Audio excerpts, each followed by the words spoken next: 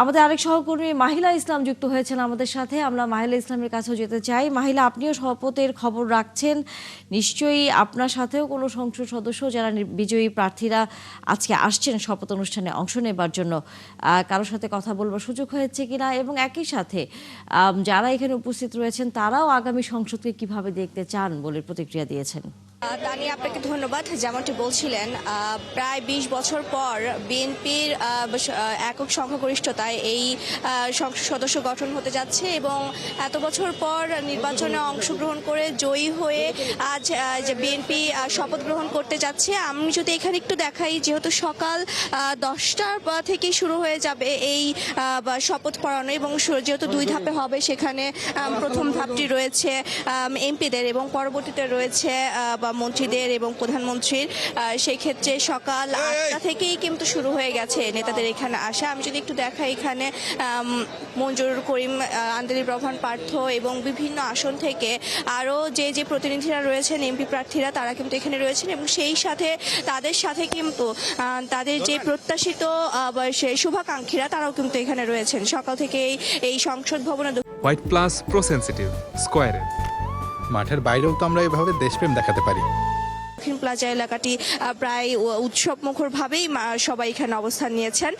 যদি একটু কথা বলে রাখি তাহলে এত বছর পরে বহুল আলোচিত এই ত্রয়োদশ জাতীয় সংসদ নির্বাচন সব জল্পনা কল্পনা অবসান ঘটিয়ে আজ এই আনুষ্ঠানিকতা এবং এই নবনির্বাচিত সংসদ সদস্যদের শপথ নেওয়ার পর মন্ত্রিসভা শপথ নেওয়ার পরে এর মাধ্যমেই আগামীকালকে থেকে নতুন বাংলাদেশের নতুন কার্যক্রম শুরু করবে তারা।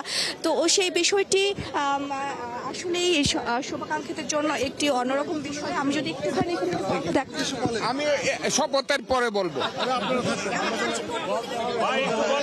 তখন তো অন্যদিকে বেরিয়ে চলে যাবেন, আমরা তো পাবো না।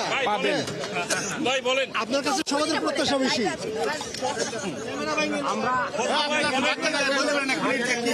প্রত্যাশা কি এবং মানুষের না, এগুলো আমি উত্তর দেবো না।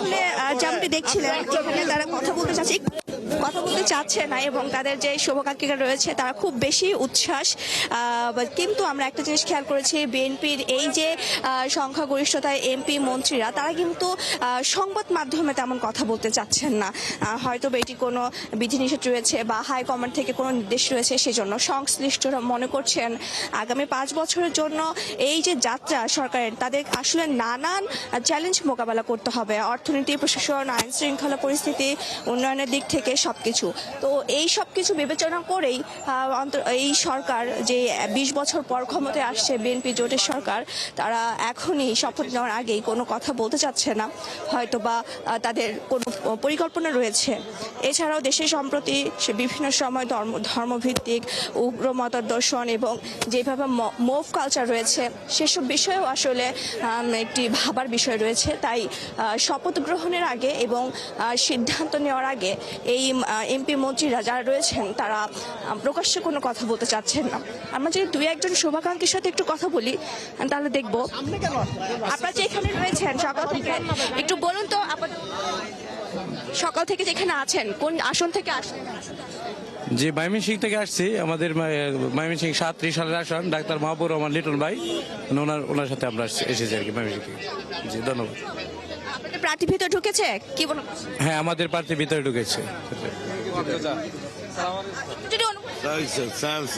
আল্লাহ জানে, আল্লাহ অন্তর্যামী, আল্লাহ সবকিছু জানে। আমরা শহীদ জিয়া, মরমা আদর্শিক মা খালেদা জিয়া, তারেক রহমানের আদর্শে করে আমরা। আসসালামু আলাইকুম। যেমনটি শুনছিলেন, তারা খুব বেশি আগ্রহ এবং তারা খুবই খুশি, স্বাচ্ছন্দ্য বোধে রয়েছেন, এই জন্যই তারা কথা বলতে চাচ্ছেন না। আমরা যদি আরও ২-১জনের সাথে কথা বলি, যেহেতু সময় প্রায় ঘনিয়ে এসেছে, সেজন্য সবাই এখন খুব ব্যস্ত সময়ে ভিতরে ঢুকছেন এবং যেহেতু আনুষ্ঠানিকতা 10টার মধ্যে শুরু হয়ে যাবে এবং এতগুলো আসনের এমপিদের একসাথে শপথ পড়ানোর বিষয় রয়েছে, সেজন্য একটু জোর কাজ চলছে। আমরা একটু সাধারণ মানুষের সাথে কথা বলতে চাই, একটু সাধারণ লোকের সাথে কথা বলে তাদের অনুভূতির বিষয়টা জানতে চাই। আপনারা আসলে কার সাথে এসেছেন, কোন আসন থেকে এসেছেন?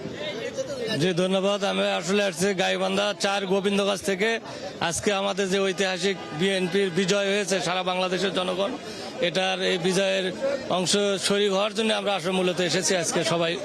আমাদের যেমনটি শুনছিলেন তাদের প্রত্যাশা আসলেই অন্যরকম। তারা চাচ্ছে যে যে সরকার গঠন করবে সেই নতুন সরকার তাদের যেই এত বছরের প্রত্যাশা রয়েছে, এলাকাগত হোক বা ব্যক্তিগত হোক বা দল করার কারণে তারা যে বৈষম্যের শিকার হয়েছে, সেই সকল কিছুর অবসান ঘটিয়ে নতুন ভোর, নতুন সূর্য সবকিছু পুনর্জীবিত হবে। এটি সেই সাধারণ মানুষদের বা যারা নেতাদের সাথে এসেছেন তাদের প্রত্যাশা।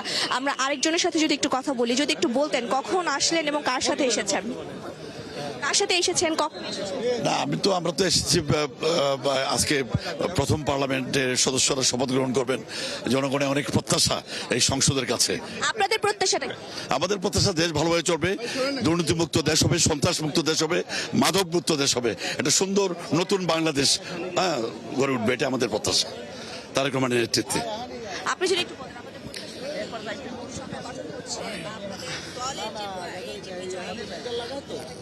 ইনশাআল্লাহ আলহামদুলিল্লাহ আমরা বিএনপি সমর্থিত সরকার গঠন করছি।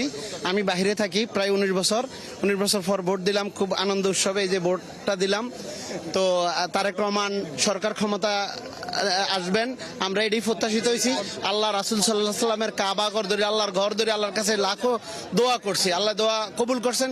এই খুশিতে উৎফুল্ল হয়ে আমি লক্ষ্মীপুর রামগতি কমলনগরের সাবেক সংসদ সদস্য এবিএম আশরাফুদ্দিন নিজান, যিনি সবার জন্য হেফাজত নিয়ে একটা ইউটিউবে ভাইরাল একটা বক্তব্য, আমি ওনার আসনের এবং ওনার জন্য দোয়া করি। উনি সাবেক 2 বারের আগের সংসদ সদস্য, আজকে শপথ গ্রহণ করবেন। এই উদ্দেশ্য নিয়ে আমরা আসছি। যেমনটি শুনছিলেন সাধারণ মানুষ অনেক প্রত্যাশিত ভাবে। আমরা মাহিলা ফিরবো আপনার কাছে, আরো হয়তো আপনি তথ্য সংগ্রহ করবেন আশা করি। শুধুই প্রত্যাশা নয়, সংসদ কেমন হবে, সংসদকে কিভাবে দেখতে চান সাধারণ মানুষ, সেই প্রশ্নের উত্তরও নিশ্চয়ই আপনি তাদের কাছ থেকে নেবেন আশা করি।